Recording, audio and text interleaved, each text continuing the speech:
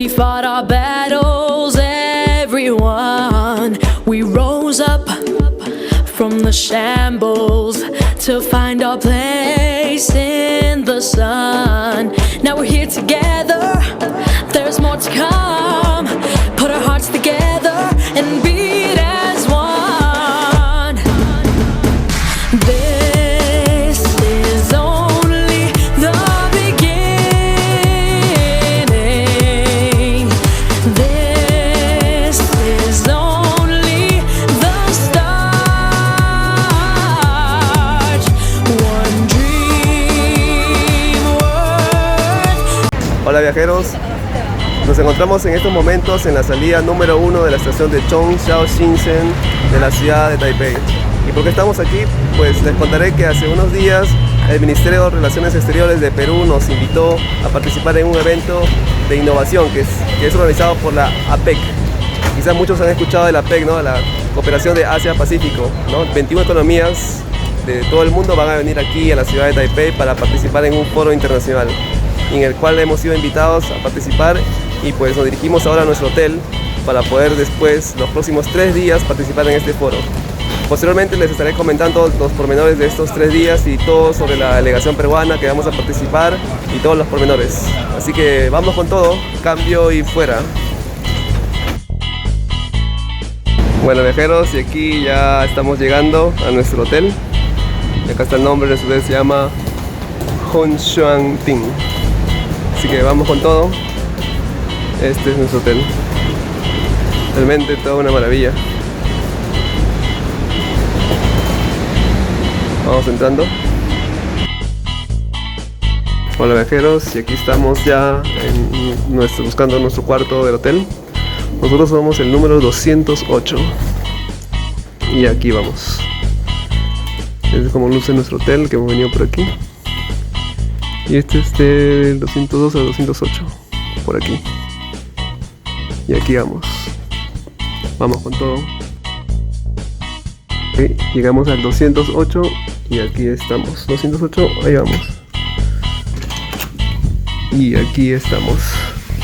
Esta es la habitación que nos tocó. Realmente toda una maravilla. Y pues aquí tenemos nuestro televisor, nuestro baño, y pues el baño que nos tocó parece muy bueno. Esta es la lavandería y aquí tenemos la cama de 2 plazas, realmente una maravilla. Tenemos nuestro teléfono, wow, unas frutas, qué gentiles. Y básicamente esta es nuestra habitación. Ahora sí nos preparamos un poco a descansar para después asistir a los eventos de la APEC en los siguientes días.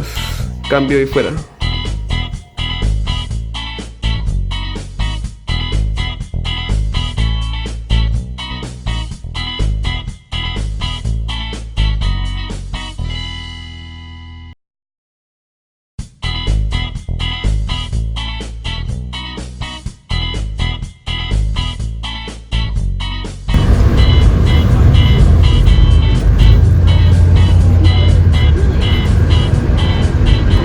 Y ahora estamos acá en el bus que nos dirigimos en el primer día del foro APEC de innovación digital. Acá estamos con el señor Sergio, Leonardo y Sammy. Acá sus primeras impresiones, no sé qué opinan acá. ¿Qué tal? Muy interesante, Taipei es diferente, vamos a aprender mucho, creo. ¿Sammy? Con muchas expectativas, no sé, las conferencias de los que vienen, ¿no? Sí, de hecho. Sí, vamos a aprender bastante. Vamos a interactuar, conocer personas de distintas culturas, siempre. Claro. Con las diferentes economías acá de Asia-Pacífico. Excelente. Aquí vamos rumbo al primer día del foro. Cambio y fuera. Nuestra primera parada, así que nos dirigimos a bajar del bus y a participar con los otros delegados aquí en Taipei.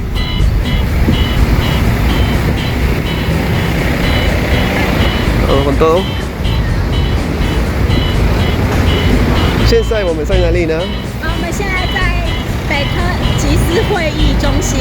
好，Let's go。Taipei Tech。Y nos dirigimos acá al centro GIS. Vamos con todo.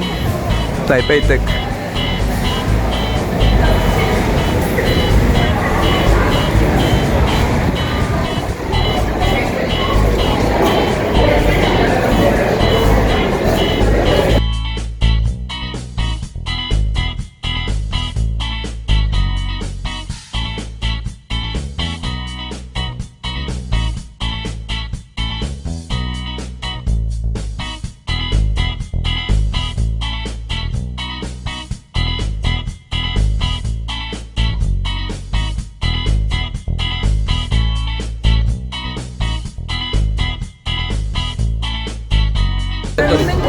Y aquí estamos entrando a nuestra sala de conferencias de la APEC. Estamos con los amigos Leonardo y Sammy. Doctor, un diagnóstico de la situación. Todo muy bueno, todo muy bueno. No sé lo que nos espera. Nos han puesto con nombre, ¿no? Sí, creo que sí. Vamos a buscar. Hay que buscar. Vamos con todo.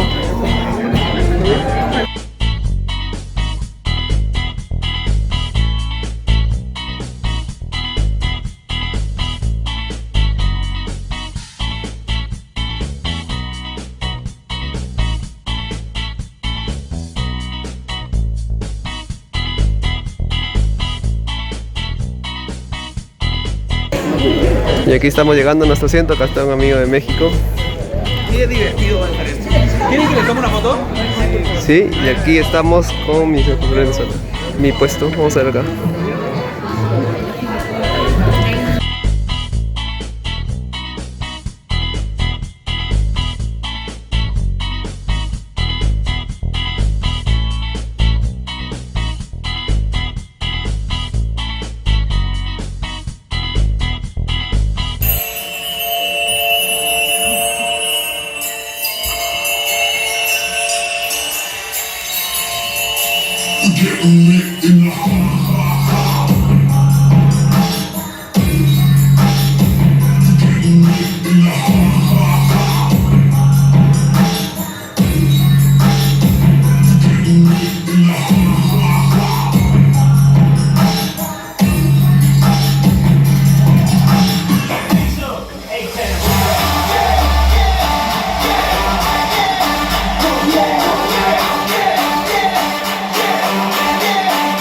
Yeah.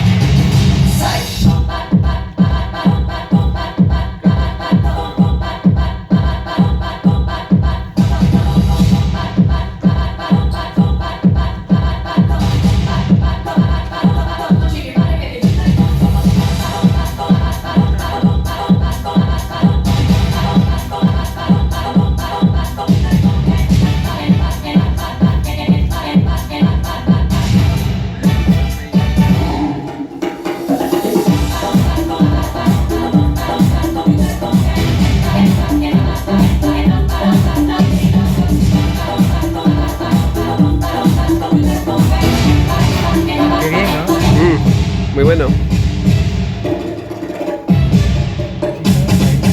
Sí.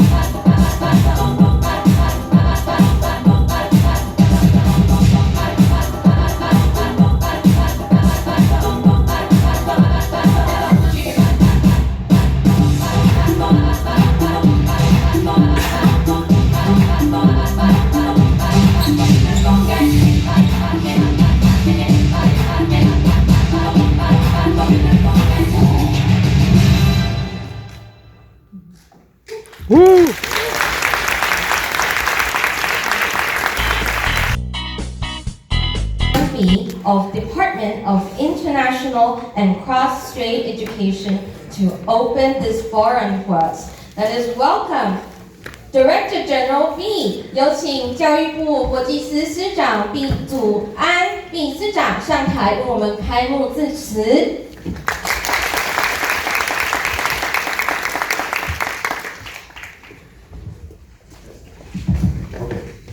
Yes, Honorable Mr. Tang of the Executive Yuan, the President Wang of the National Taipei University of Technology, and the Deputy Director General, Deputy General Department of Higher Education and Education, distinguished delegates from APEC, member economists, and all aspiring young entrepreneurs and entrepreneurs to be. And ladies and gentlemen, good morning. 大家早，大家好。早。 Wow, what a stunning, the performance in LED, so can give them some help for the jet lag. Okay, on behalf of the Ministry of Education, I would like to express our heartfelt gratitude to all of you coming from afar to attend this event.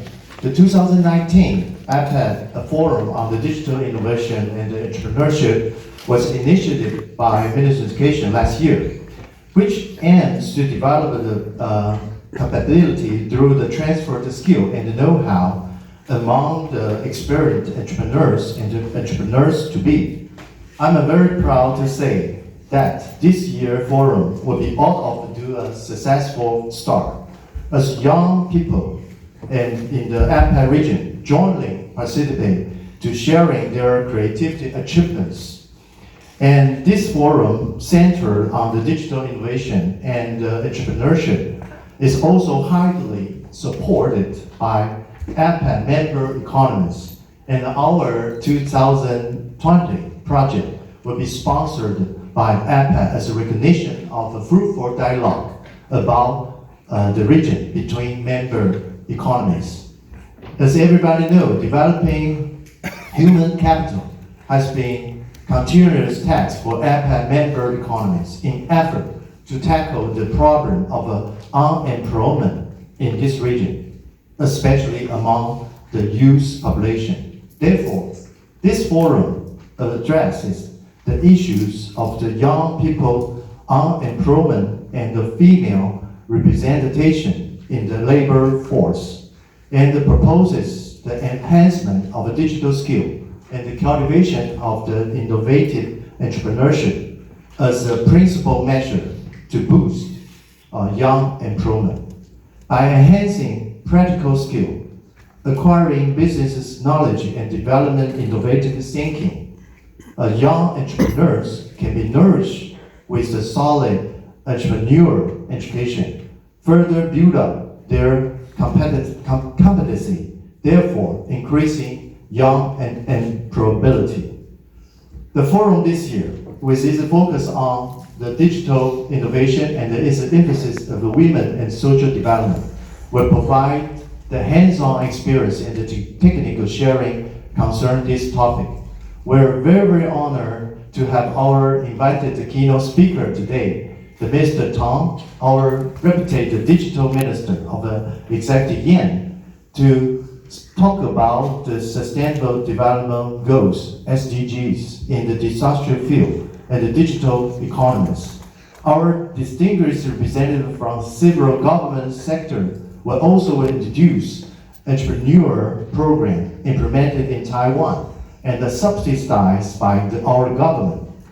Moreover, there will be also a lot of outstanding entrepreneurs from the promising startup sharing their perspective on building a successful business and concerning connecting the regional entrepreneur resources with their experience and insight. We will certain that they can be served, enlightening and inspiring our entrepreneurs. Finally, we're looking forward to seeing all the participants have a great time sharing insightful ideas with a new friend from the APEC region. And we firmly believe this forum will make a very significant contribution, assistance to overall development of APEC region. Thank you again for coming, and we hope you will all enjoy the session ahead. Thank you. 开幕致辞。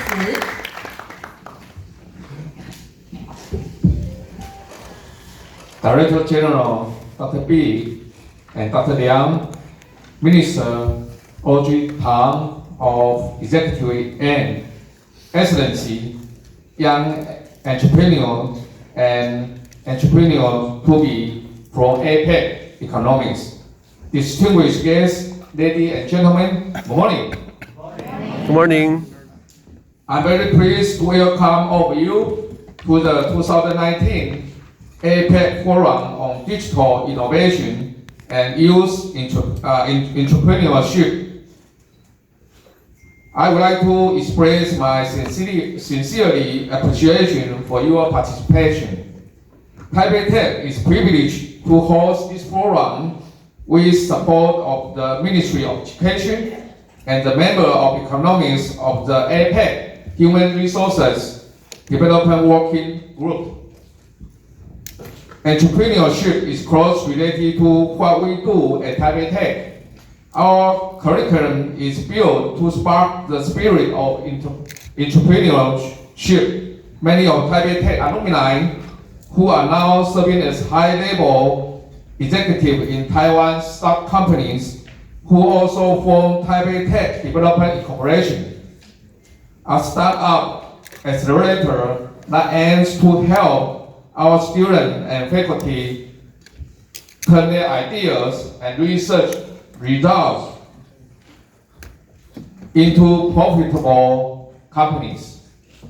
The 2019 APEC Forum on Digital Innovation and Youth Entrepreneurship is a perfect platform for cross-cultural engagement and for sharing different fulfillment of entrepreneurial education. This year is our great pleasure to invite many outstanding speakers from different industry fields and digital economics, including our keynote speaker, Minister Tang, to share their valuable experiences. I believe that our province's youth will gain inspiration and understanding by interacting with entrepreneurs and entrepreneurs to be from different cultural and social backgrounds in this forum. The startup experiences shared by the successful entrepreneurs at this forum will surely motivate our students to start drafting their entrepreneurial future.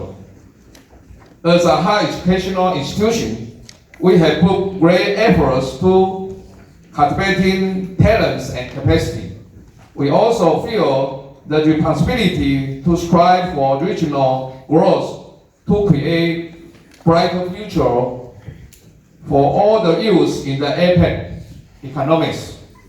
I hope the sessions ahead is beneficial to your business in the region or your ambition to become a successful entrepreneur. We wish you all enjoy this fruitful and insight event. Again, thank you for your participation. Thank you. Thank you so much, President Wang, for your welcome.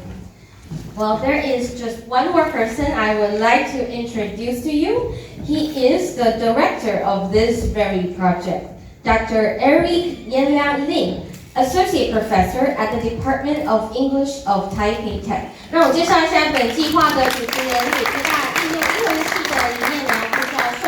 谢谢 Thank you, Eric. Now, it is the time for a group photo.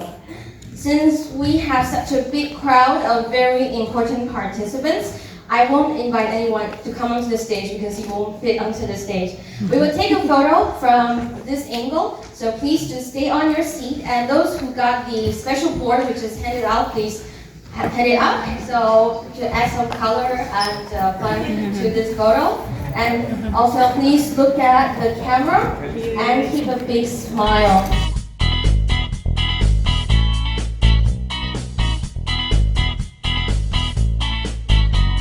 Sector, Audrey is better known for initiating and leading the POX project. It's a project, it's a joint effort from the Haskell and Perl communities to implement the Perl 6 language. In 2014, she began working with our government as a consultant on open data, transparency, and cyber law reform initiatives. In 2016, Audrey joined the cabinet as the digital minister. She is the youngest minister without portfolio in Taiwan's history. And the topic of her talk today is how Taiwan achieve SDGs together.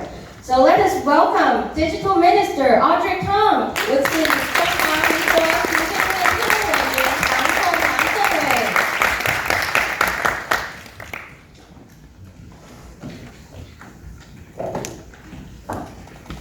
Ministro de Asuntos Digitales. Sí. La más joven de la historia de Taiwán.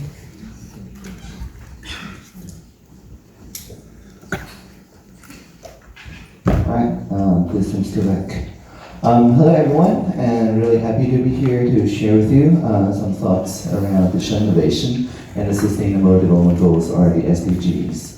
Now, today's talk will, like most of my lectures, be crowdsourced, meaning that if there's anything in particular we'd like to ask or like I to talk about, please just scan the QR code.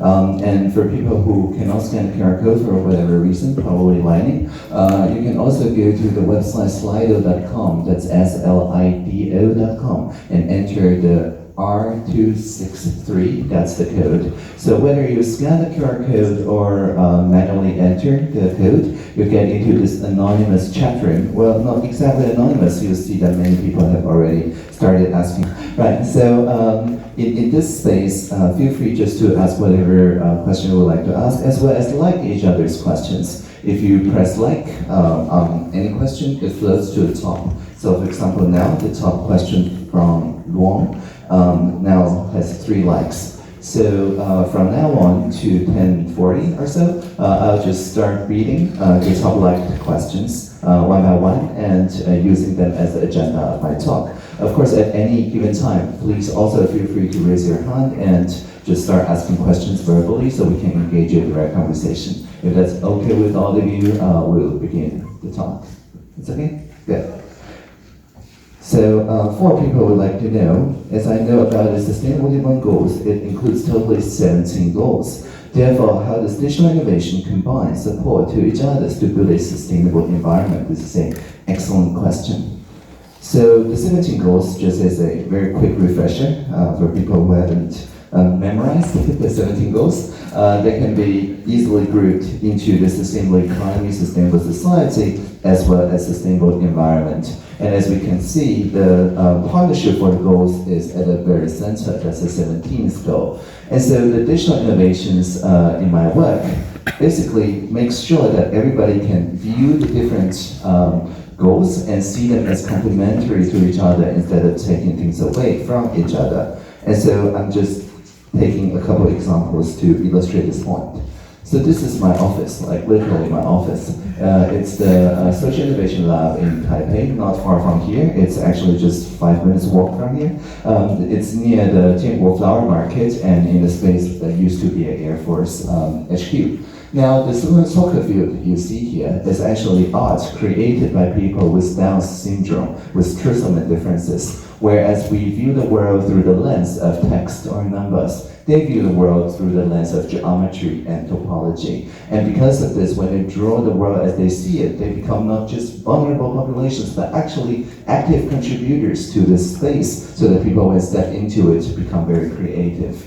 Now here, every Wednesday from 10 a.m. to 10 p.m. is my office hour. Anybody can come and talk to me for 40 minutes. The only thing that I ask is that the radical transparent records of everything that we have said during those 40 minutes must be published online 2 weeks after co-editing. And because of this, people can discover each other's ambitions, each other's ideas, and just form partnerships.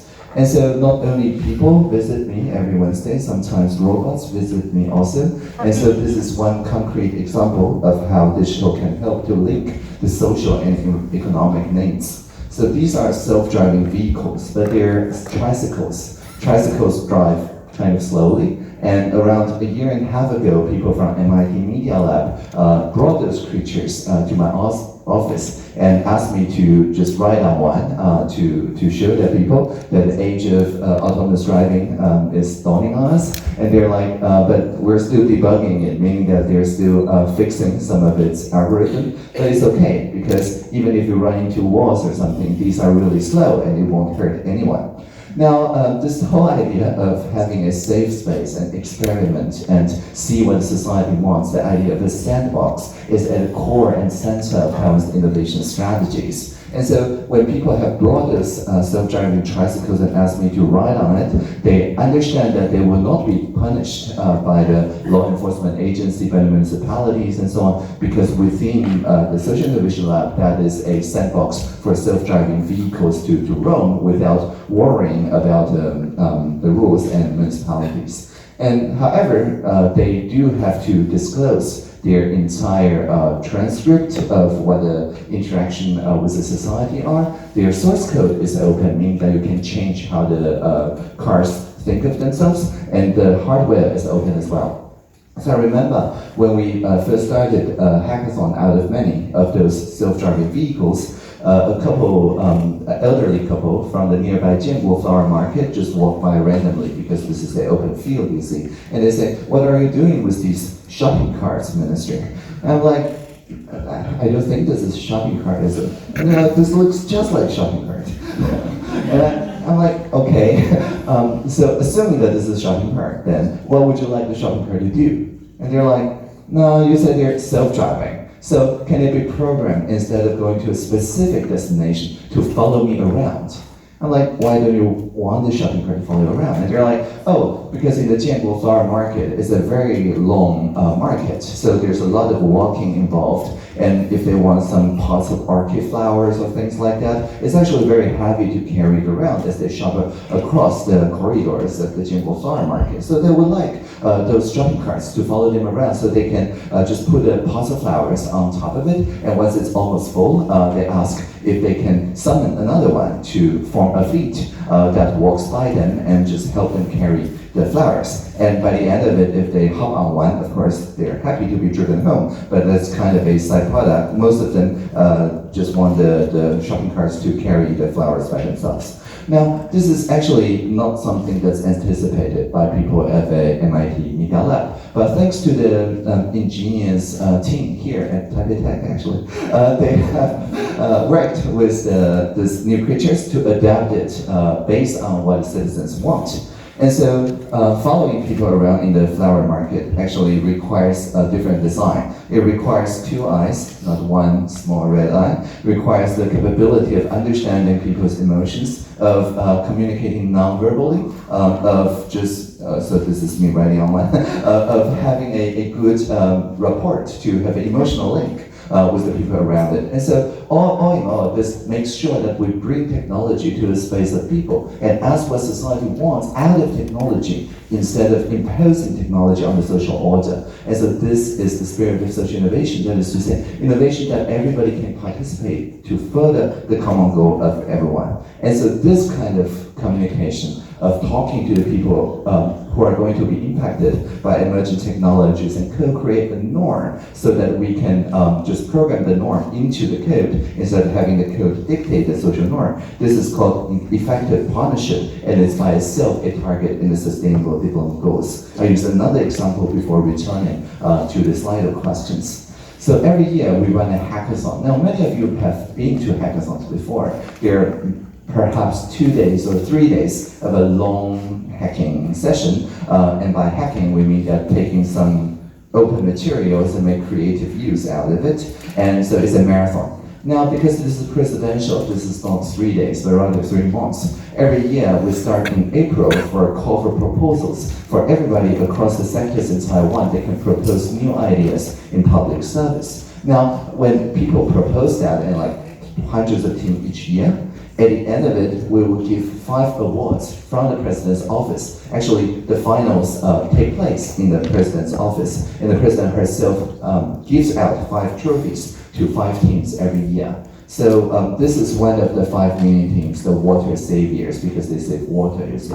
And so they were initially proposed by the Taiwan Water Corporation, who employ these very skilled craftspeople who will listen to the pipes to detect leaks in the sometimes plastic pipes. Now, the Taiwan Water Corporation manages the world's longest pipes in a single company, but it takes on average 2 months for a pipe leak to be detected by people going around and listening to pipes. And moreover, most of the time they listen to a pipe, it's not leaking, so it's not a very rewarding job. So they also are having problems retaining and recruiting young people to attain this job. So they were like, what if we can have a chatbot, a robotic apprentice that can talk to me through the Line app, which is like WhatsApp, and just tell me what are the most likely 3 points that are leaking around me, so they can wake up and just go to the spots that are leaking and be creative about it instead of spending a lot of time on the trivial things of listening to pipes that are not leaking. And so after 3 months of pilots, they try in a very small area in Keelung in a nearby city and successfully reduced the time to detect leaks from 2 months to 2 days, that's to say 48 hours, and so it's a great improvement. Now, but is there political will, is there money, a budget, and so on arranged so that they can scale it out to the whole of Taiwan? Well, that is what this trophy means. Everybody in the top 5 teams gets a trophy from our president, Dr. Tsai Ing-wen. There's no money associated with the trophy. However, at the end of the trophy, there is this small projector. Now, this small projector, when turned on, projects the image of the president herself handing the trophy to the team. So this is a very meta trophy, and it's very useful for people in the public sector. If someone from the mid-level public sector, as the Taiwan Water Corporations are, propose this idea and start a pilot and prove that it works in 3 months, if their director general heard their idea and said, but there's no budget for it, they can just turn on a projector and suddenly there will be budget for it. If their deputy minister said, oh, this requires cross-ministerial communication, it requires relaxing of regulations, it involves new personnel, this is too much of a hassle, they just turn on a projector and the ministers will start talking. And because this trophy represents the presidential promise that whatever the teams have delivered in the past 3 months will become national policy within a year. And so that is the presidential promise, and we delivered 5 out of 5 of the previous year's top teams. And that is why in this year, there's record number of teams applying. And so for everybody in the top 20, we coach them to be trisectoral, meaning that they must include at least one public servant, one private sector expert, and one social sector or academic mobilizer, organizer, so that they can communicate with all the stakeholders and identify their work with a single SDG target. So for example, water savings target is target 6.4, which is increasing water use efficiency and ensure fresh water supplies. Now the magic of the Sustainable Development Goal is that this is like the Dewey decimal numbers. You don't have to understand Mandarin, you don't have to understand what water savings is about, you don't have to understand the geography of the Geelong city. All you have to see is the 6.4 number that implies that they have contributed to one of the 169 sustainable targets. And people in New Zealand, for example, just after looking at the announcement, just invited this team to New Zealand, to Wellington, for another 3 months of co-creation, because they did not used to have a water shortage problem, but now because of climate change, they're beginning to. And so they're also forming the same data collaboratives involving all the different sectors to share the common data as well as devising solutions that can address water shortage. So I hope those two examples illustrates how the digital technologies can be in an assisted role, not dictating how people should solve the problem, but surfacing the problems and having collective understanding of the problems before solving viable solutions. Gerard would like to ask, and 11 other people would like to ask, AI and blockchain have been very topical subjects in digital innovation space. How do you see these areas being applied to innovations in Taiwan? That's a great question. I talked a little bit already about assistive intelligences or AIs, so I'm going to talk a little bit about distributed ledgers, which is the name I use for blockchain technology, but feel free to continue to say blockchain, it's easier to say anyway. One of the primary ways that Taiwan's innovators have been using distributed ledgers, or DLTs, can be found in the Airbox project.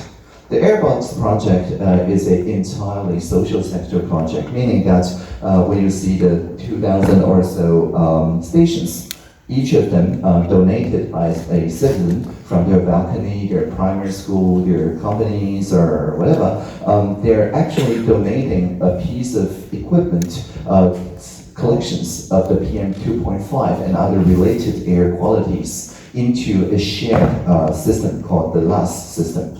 Now, the Airbox, the hardware is actually quite cheap. It's, I think, less than $100 US. And so each one is relatively inexpensive to set up. Compare that to our Environmental Protection Agency, which around 3 years ago only had maybe 70, 80 stations that are very high precision, but they're kind of far away from people's homes. So people just volunteer their homes and their schools and donating the data that they collected into this data collaborative. Now, so we can see at one glance Taiwan's digital gap, no, not really, Taiwan's air pollution, and as a certain snapshot. Now, of course, people want to start calibrating their equipment and tell the spikes that are actually air pollution events from the spikes that are actually damages in the equipment. And that requires people who participate to trust each other to not go back in time and modify their numbers. That's where the blockchain or distributed ledgers can be of use. So they work with the, I think, Chengkung University's distributed ledgers lab and make sure that there's a snapshot of every station's every numbers and stored in a distributed ledger. That makes sure that nobody can go back in time and change the numbers and enable the people from across different sectors to start trusting each other. Now, one particularly good thing about Taiwan's government, Taiwan's national government, is that whenever we see the people setting up this kind of social sector innovation and decide to trust their neighbors more than they trust the EPA, obviously, because the EPA is farther away from your home and your friend station is just next door. We're actually always adopting this idea of we cannot beat them, so we must join them. And so we join forces with the citizen scientists, and we ask a very crucial question: are there places in Taiwan where you would love to have air boxes but cannot get access to?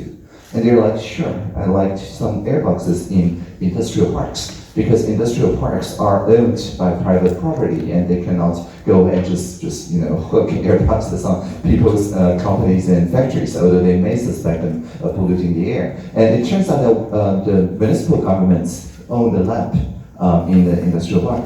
And so actually working with the Ministry of Economy Affairs, we made sure that the industrial parks where people care about that may or may not have air pollution all have their lamps hooked up with the airbox as joining the distributed ledger network by the citizens. Or people said, I want to tell domestic versus overseas pollutions, and I would like the airbox here in the middle of the Taiwan Strait, which is kind of difficult if you're a citizen scientist, because even if you fly the drones run out of battery fairly quickly.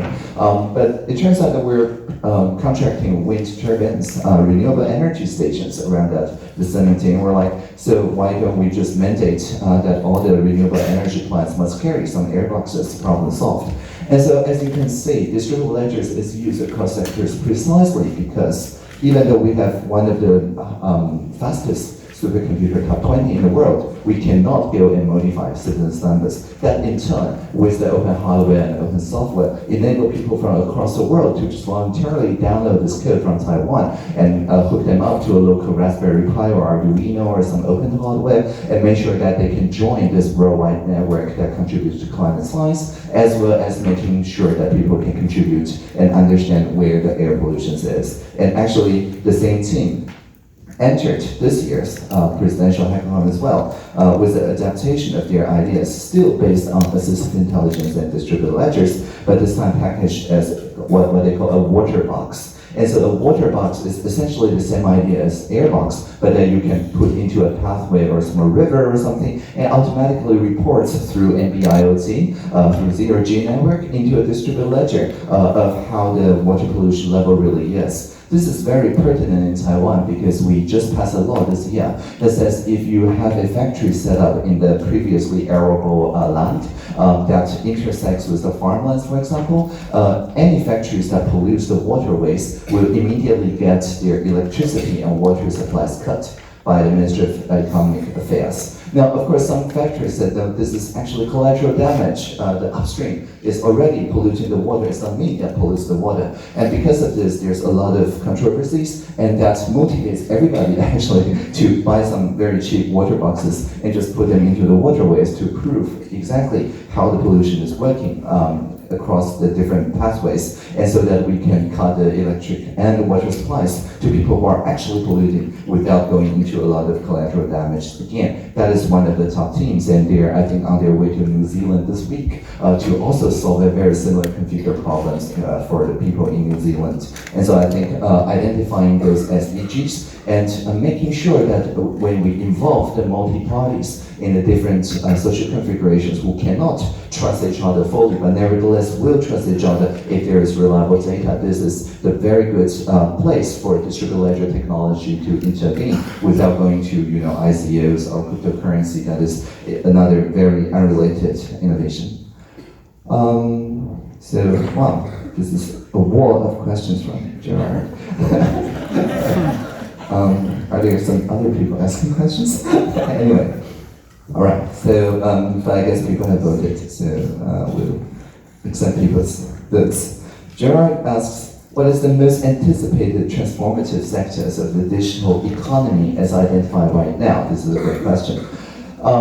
The most anticipated, if defined as in having the most buzz, that's probably 5G technology. Everybody is very eager to experience what is it like to have for example, a virtual reality performance show or a conference that we can just put on our glasses, and so all the empty chairs here will suddenly have people in them because we can merge different spaces together into a virtual stadium of sorts. That, by the way, is already implemented in Taipei Fashion Pop Music Center, Beiliu. So that is one of the examples. Another example being for example, people who are trying out self-driving cars at the moment at the Shangwen Testing Center, the Taiwan Car Lab. That is also a very anticipated use of 5G, essentially making sure that people can have their cars communicate to one another in very, very low latency, meaning instantaneously, so that people can immediately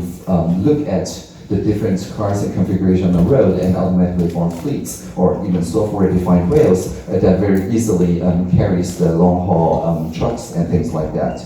And also telemedicine, of course, also one of the aims teams in the presidential hackathon, actually one of the teams in presidential hackathon continued on their work last year, where they anticipated 5G network and used the technology to make sure that the nurses that operates in a rural area or a indigenous tribe or a nation or a offshore island, and for example, that doesn't have a permanent staff of doctors, can nevertheless, through telepresence over high bandwidth connection, and connect to the best doctors and surgeons in mainland Taiwan. And because of that, they can form these ad hoc teams of telemedicine that take care of people's needs without flying everybody by helicopter, which may be dangerous in the night, to the Taiwan mainland. And so that is actually one of the presidential hackathon cases where, because they won last year's top 5, we gave them all the regulatory changes they need, all the budgets they need, so that they've now implemented all of it in the indigenous nations as well as the offshore islands. And next, with 5G, the same operation may be done even on ambulance themselves. And that is something that people are also very anticipating on. So self-driving vehicles, telemedicine and telecare, as well as just entertainment, VR, AR work, these are the so-called killer applications that we're anticipating early next year when 5G started rolling around.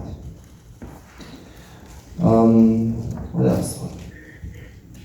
Gerard and 4 other people would like to know what challenges life as a female as a digital innovation space, and what steps have you taken to overcome them? Well, the good news is that computers don't care about your gender, right? And so you're free to make any innovations, especially in the digital world, by essentially making sure that you understand people's needs, and based on your personal experience, you can empathize with people with similar needs and motivate people to work with you together. And I think going through 2 puberties, that kind of advantage is that I can empathize more easily with more people. And this also makes a lot of sense if you think about it from a policymaking perspective.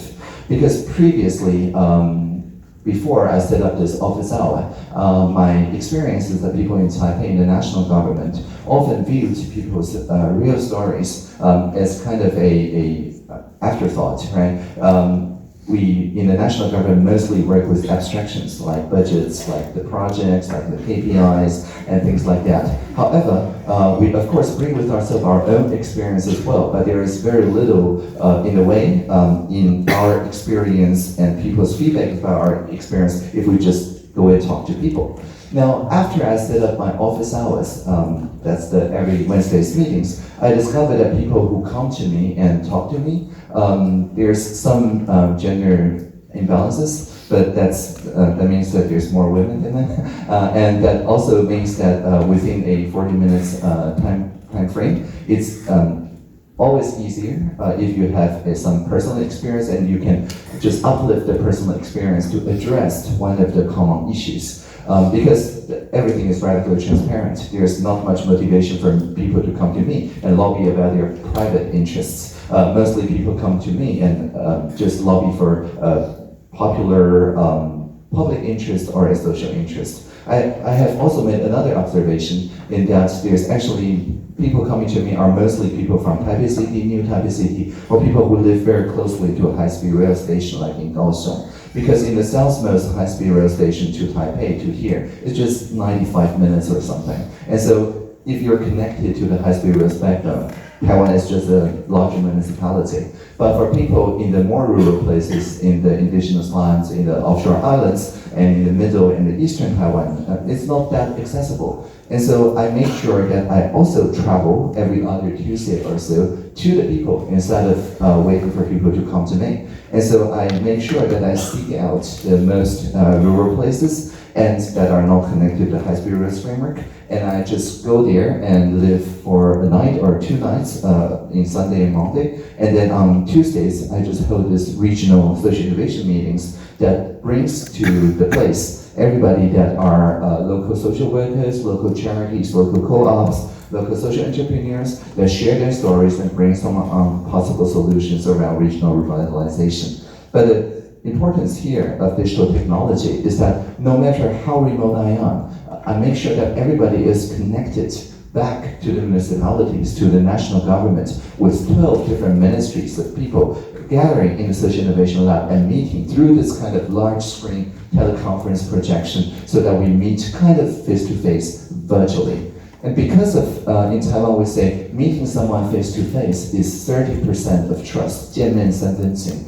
We say that a highest bandwidth video connection is maybe 20% of trust. And because of that, we make sure that there is actually broadband connection everywhere in Taiwan. In Taiwan, broadband is a human right.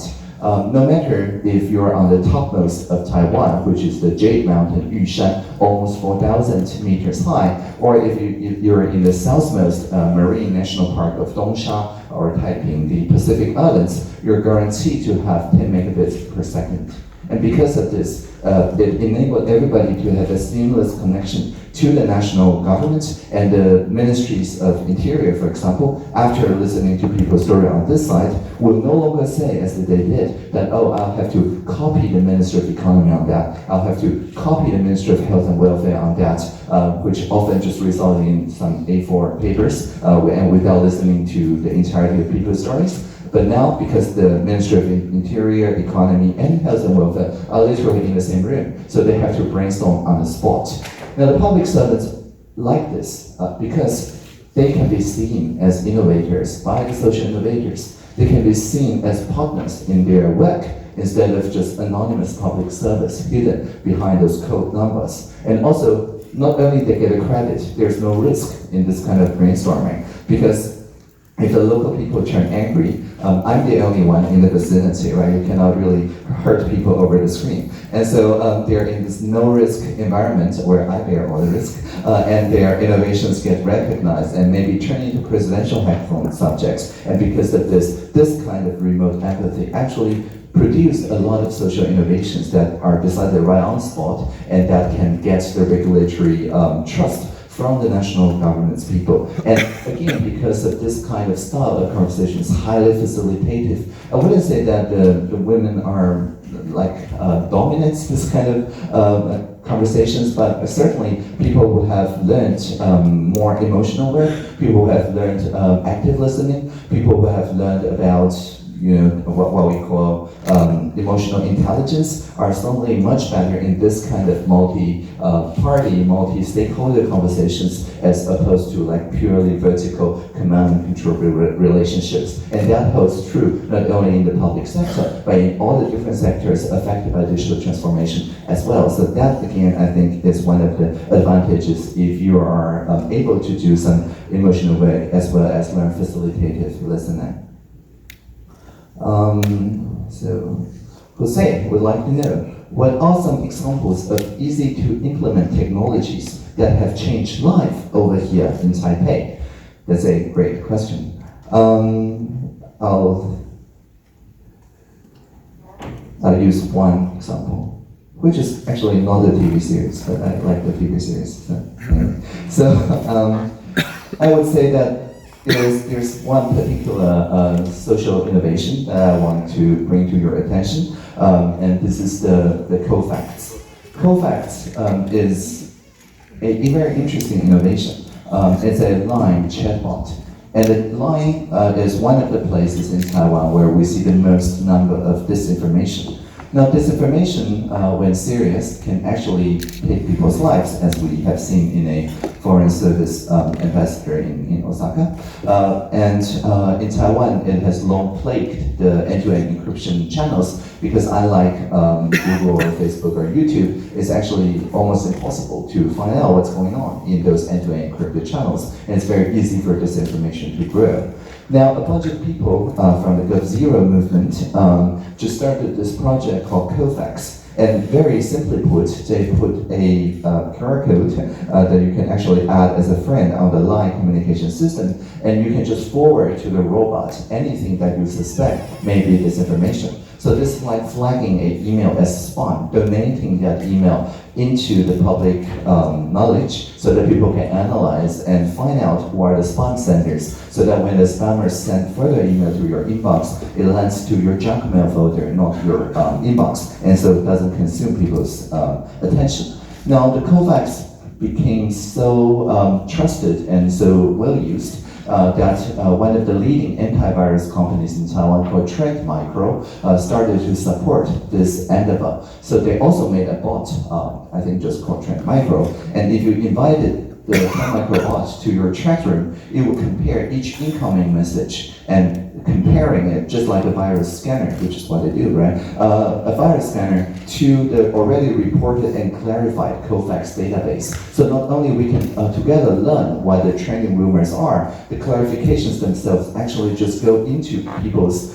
chat rooms whenever they post something that is actually already clarified as a disinformation. So that dramatically shortened the time that from one time we encounter disinformation to the time that we receive the clarification about the disinformation. And finally, LINE itself signed on the counter disinformation norm package so that they agreed to build all those different functionality that we just talked about into the LINE itself. And because of that, now in the LINE app, you can just long press any message and flag it as spam. And the trending clarifications from the Taiwan Fact Check Center and other independent third-party reviews actually appears on the LINE today. And because of that, LINE has given an award of Model Digital Citizen, I think, to Dr. Tsai Ing-wen, our president, and agreed to put on LINE Today, which is their kind of daily news section, all our trending clarifications as contributed by the community, the fact checkers, as well as from all the different ministries, which are all now trained to deliver within 60 minutes a counter message to any trending rumor that is surfaced by the COFAX and similar arrangements. And so this built-in flagging and clarification have dramatically lowered the virality of the disinformation while placing the power to clarify into the hands of the citizens of the social sector, of the fact checkers, and not privileging the minister's words versus the journalist's words, but actually having the society to learn something from this endeavor themselves from the LINE Today section. Today, if you open the LINE Today, I think the top section is still gossiping and entertainment, but the next section is real-time clarification. That means we're probably not being funny enough. If we're even more funny, someday we'll maybe overtake the gossiping and entertainment section. And so I think that certainly has changed public life here in Taipei. People now have a lot of more respect for the people who work on fact-checking for real journalism instead of the tabloid-like journalism and so on. It's gradually changing the culture here, not only in Taipei, but in Taiwan as well. And we're also exporting this model to every other jurisdictions that would like to address this information without compromising on people's rights and freedom to speech and assembly. And it's very easy to implement because it's open source. You can just go to COFAX and just download it from GitHub and set up your own bot. The same applies to the Trend Micro bot, which if you search for Aunt Mei Yu, you can also get a copy of the code. Stanislav would like to know, along with 6 other people, which IT paradigms such as fog computing, AI, big data, MVML, blockchain, etc., will be key digitalization drivers in the next 5 to 10 years, in my opinion, and why? So I actually have an answer to that in the form of a poem, of a prayer, and so I'll just read it out. Back when I would become digital minister 3 years ago, I talked about how the digital technologies, the trend is to move digital technologies close to people and further from machines. That we need to make sure that data is seen as a relationship that people can put their trust on, not some abstract asset such as oil. There's nothing in common between data and oil. I talk about how we should facilitate effective partnership, and that is again by itself a sustainable goal. And more importantly, just like the self-driving tricycles and COFAX and literally all the innovations I mentioned, these are open innovations. These are not innovations that you take or leave it, but rather these are open source, open hardware, open data platforms that everybody can contribute to for everybody's public good. So I just told the HR in the executive Yuan that my work as digital minister is just the sustainable goals 1718, 1717, and 176. But that was 2016. almost nobody have heard of Sustainable Development Goals. Even now in Taiwan, only 1 person out of 5 have heard of the Sustainable Goals. So there's still some work to do. And they're like, can you please write in text what you're planning to do and what are your views on the trending technologies. So I just wrote a prayer or a poem, and that is my job description I'd like to read to you now as an answer to the question. When we see the Internet of Things, let's make it an Internet of Beings. When we see virtual reality, let's make it a shared reality. When we see machine learning, let's make it collaborative learning. When we see user experience, let's make it about human experience. And whenever we hear that the singularity is near, let us always remember plurality is here. So that's my answer to the question. It doesn't matter which particular technology, but rather it's to ensure the plurality of views and plurality of participation. So, more questions? Ryan would like to know, aside from a lack of funding and resources, we commonly see that many startups fail due to a lack of connections and community. How do I combat this? This is a great question. Well, I started my first startup in 1996. It failed spectacularly around 2000. My next startup also failed quite spectacularly from 97 to 99. My next startup, which is 2001, sustained pretty good, but eventually failed around 2007 or something. And then I started another one, and then started another one. Eventually some worked, and I sold those to a larger company. But in any case, the reason why the investors keep believing in me, even though I failed on my previous ventures, is that I was very loud about it. Not just about the failing, but also about the day-to-day work. That I strived to write post-mortems that analyzed why this particular idea didn't work, or why there's a need to pivot. And the entire community, because I donate all the code that I run from my startups to the public domain, or at least as open source after each failed ventures, everybody learns from it. And so because of that, the ecosystem sees my contributions, succeed or not, as valuable lessons for everybody else to learn, and helps to advance the state of the art, no matter whether there is a market or not. The connections and communities is not only meant to be around you when you're succeeding, even if you're not going to succeed. If you contribute your learnings to the community, if you make sure that the post-mortems are written and you give honest overviews of the kind of the work you do, as well as to set up your company to focus, as I did in all my later ventures, to focus not only on the profit bottom line, but also on the social connection bottom line, and also on the environmental sustainability bottom line. This is what we call triple bottom line. Once you have triple bottom line, it's very difficult to fail around all 3 bottom lines. And so all of this basically nurtures a ecosystem here in Taiwan, that when you're doing some innovation work, you're not doing this just for the profit motive, but you're also doing this because in the cities or in the municipalities that you're setting up on, you also correspond this to their voluntary local review, their SDG goals, as well as declaring yourself to be furthering any number of the Sustainable Development Goals, and even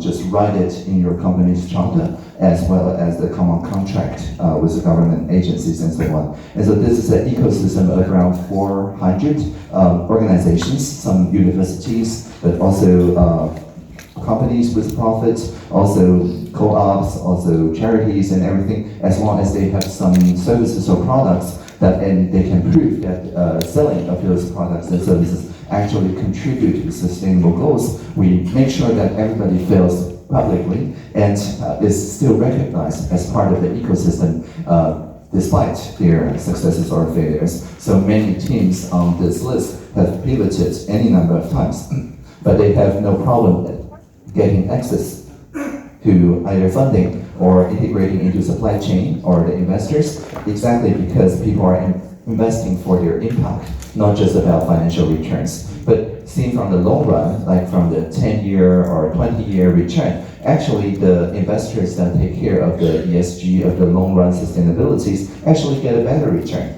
So if you think about investment not as something that you just want to cash out within 10 months, but something that you would like to thrive for 10 years, then actually the for-profit motive become a with-profit motive and can bond people together, whether they're working from the social enterprise angle, from the B Corp angle, from the CSR angle, the GRI angle, or any of those which angles that can bring people together. So the connection and community based on common values and common contributions to sustainable goals is our main way to not really combat, but to tackle this issue of people working in dots without connecting those dots. So 4 more minutes. Gerard, more Gerard questions. What does success look like for me as a result of forums such as this? How would I define and measure it? This is a great question. So any social event, be it forums like this or the presidential hackathon, is really about a term that I don't really like to use, human capital. I kind of refrain from using the word human capital. I prefer like relationship building, mostly because human capital isn't really something that you can easily accumulate and transfer. There is really no human capitalist, right? Or anyway, but the point here is still very relevant, is that all those different goals, all those different business lines, all those different technologies, and so are just, to me, excuses for us to meet one another and learn what is important to you and what's important to me, and your culture, how your culture views the work I'm doing, how my culture views the work you're doing, and this kind of interaction eventually forms a common bond that is the common values, despite our initially different positions. And this kind of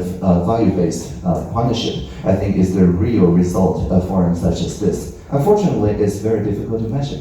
It is purely qualitative. And so if you can work on some ways to quantify the result of social connections as a kind of qualitative to quantitative report, I think that's actually a really good social innovation idea. We already have a team in the Social Innovation Lab that takes the quantitative measurements of environmental reports, of the social benefit reports, and so on, and with only one click using machine learning to just write CSR reports automatically, a very good prose out of those numbers. So if you can write down another machine translation model that takes those qualitative personal connections that people post and build, I'm not referring to social media, real face-to-face conversations, and somehow quantify that as the quality, the buzz of a forum, I think that is a really good topic. You may want to talk to Sandy from MIT Media Lab, who works on social physics. I think that is a really good thing to define and measure, but I currently, unfortunately, don't have a ready way to define and measure it. That's an open problem.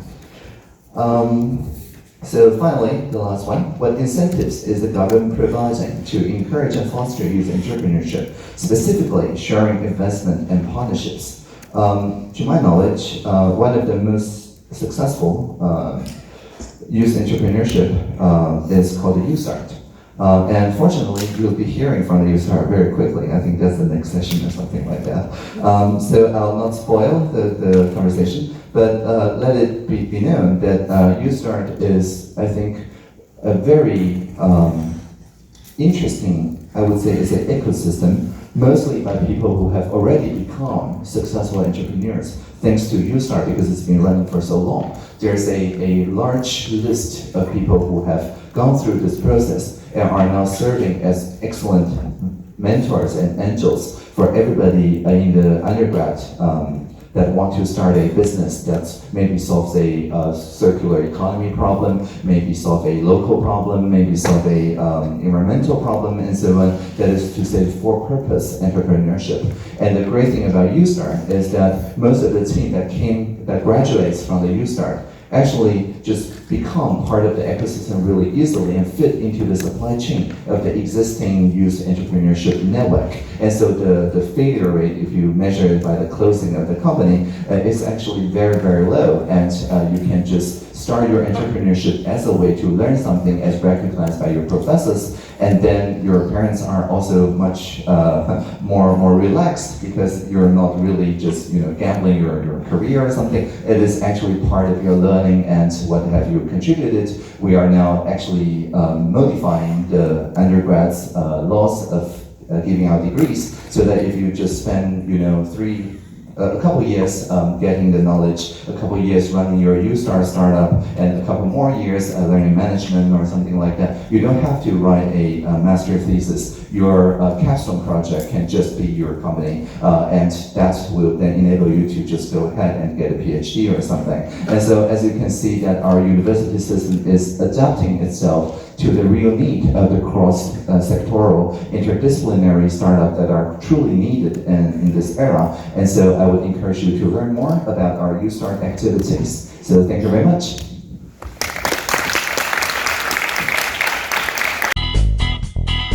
Estamos ahora en hora de almuerzo y vamos a seguir por aquí. Vamos a regresar a las conferencias. Hello, Vivi. Say hello to Peru. Hi, Peru. Welcome to Taiwan. Hi, welcome to Taiwan. Please come. See you next time. Bye bye.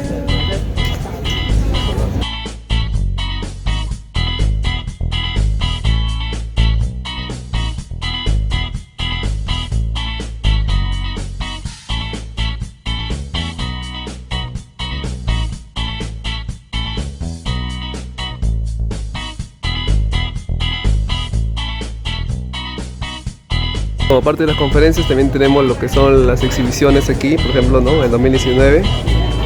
Vamos a ver qué tal nos va en esta exhibición de aquí.